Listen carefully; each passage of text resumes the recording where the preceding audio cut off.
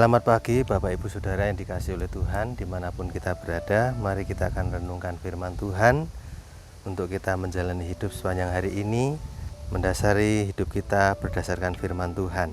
Firman Tuhan terambil dalam 1 Korintus 2 ayat 14-16 berkata demikian.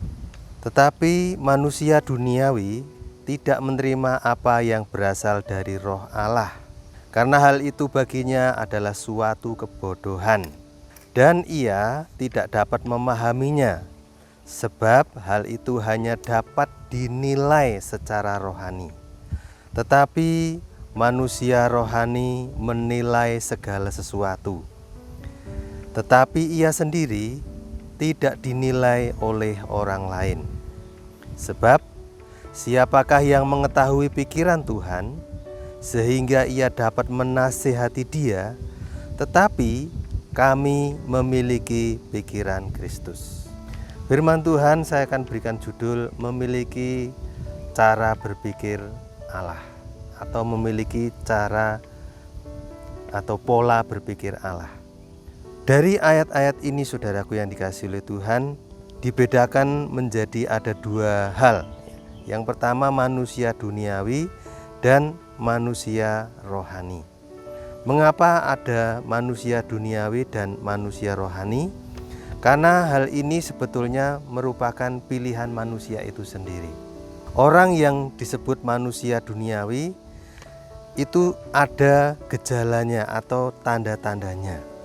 Yang pertama, manusia duniawi ini firman Tuhan katakan tidak bisa menerima apa yang berasal dari Roh Allah. Bisa dikatakan bahwa manusia duniawi tidak memiliki roh Allah. Dia memiliki roh manusia saja, tetapi tidak didiami oleh Roh Kudus. Sehingga cara berpikirnya, gaya hidupnya itu tidak sesuai dengan roh Allah. Renungan pada kesempatan hari ini, saya akan beri contoh satu pribadi, walaupun hidupnya ada pada masa perjanjian lama, namun kisah tokoh ini sama sekali tidak didapati ada unsur keduniawian di dalamnya. Mari kita akan memperhatikan apa yang dia kerjakan, mengapa dia sampai bisa memiliki cara berpikir Allah. Kejadian 18 ayat 23.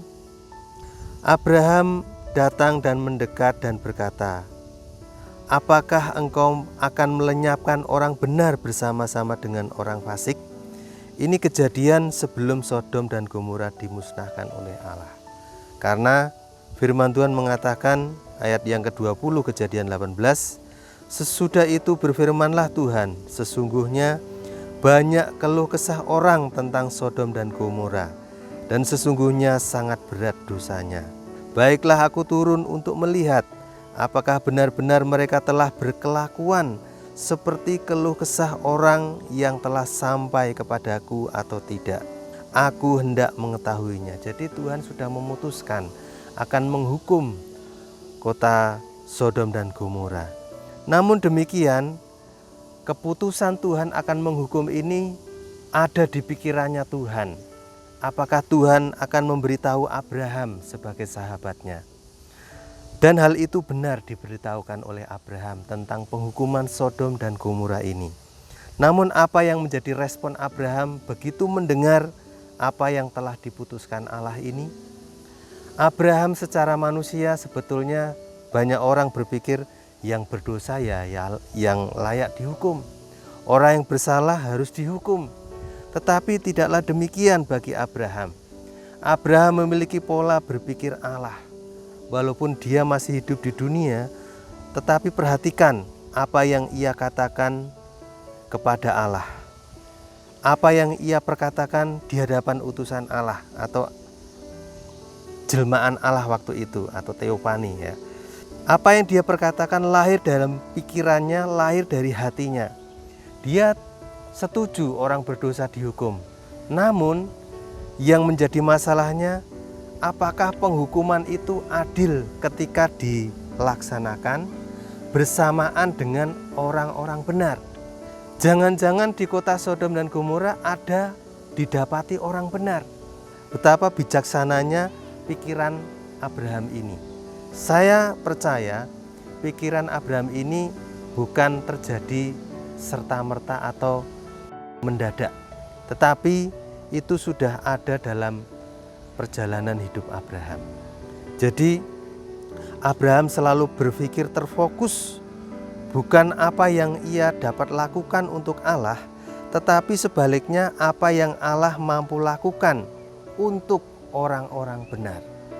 Memang orang-orang fasik layak mendapat ganjaran, tetapi bagi orang benar selalu ada berkat ketika ia melakukan kehidupannya di hadapan Allah. Jadi saudaraku yang dikasihi oleh Tuhan, pola berpikir Allah ini sebetulnya harus ada di dalam kita, anak-anak Abraham. Karena dengan demikian menyelamatkan orang yang sebetulnya pantas untuk diselamatkan.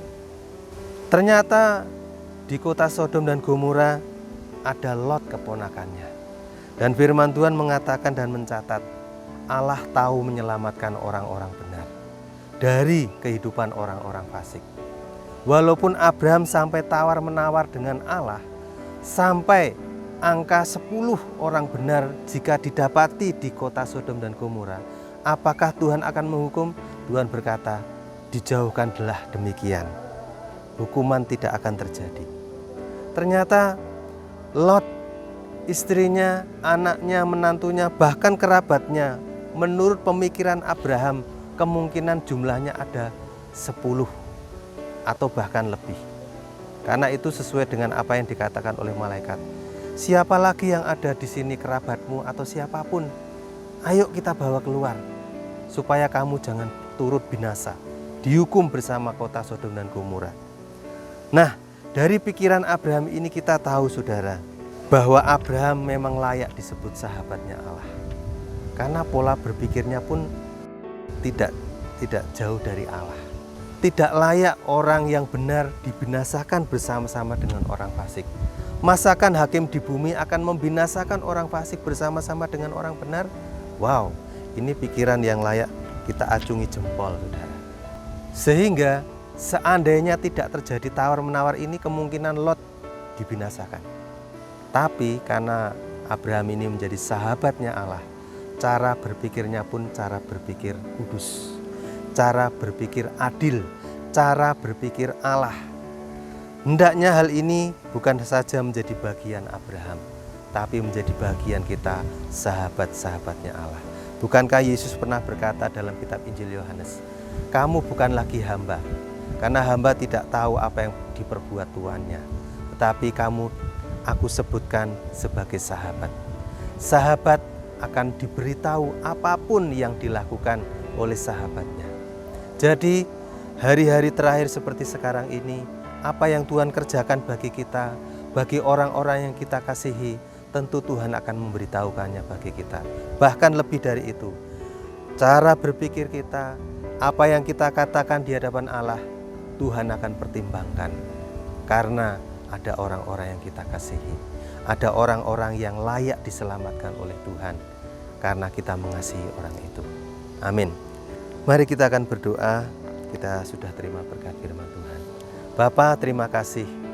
Kami percaya ketika kami mengasihi Tuhan, Engkau pun memperhatikan hidup kami, bahkan orang-orang yang kami kasihi, saudara-saudara kami yang kami kasihi, ketika mereka ada dalam bahaya, ketika mereka ada dalam bahaya dosa, tetapi oleh karena doa-doa orang-orang benar, karena kemunculan orang-orang benar dan hidupnya benar-benar diperhitungkan oleh Allah, sehingga Allah memberitahukan hal itu akan terjadi. Bahkan apa yang diperkatakan orang benar itu juga menjadi pertimbangannya Allah sebelum Allah menghukum. Orang-orang benar tidak disamakan dengan orang-orang fasik. Terima kasih Tuhan, ini pelajaran penting bagi kami. Kami mau hidup benar, kami mau hidup kudus, kami mau menjadi sahabatnya Allah seperti Abraham. Terima kasih Tuhan, sehingga Abraham bukan hanya menyelamatkan dirinya dan keluarganya, tapi menyelamatkan kerabatnya. Bahkan firman Tuhan mengatakan menjadi berkat bagi seluruh bumi. Terima kasih Tuhan, ini doa kami dan kerinduan hati kami. Jadikanlah hidup kami menjadi berkat bagi seluruh bumi. bagi orang-orang terdekat kami. Dalam nama Tuhan Yesus Kristus, kami berdoa dan mengucap syukur. Haleluya. Amin.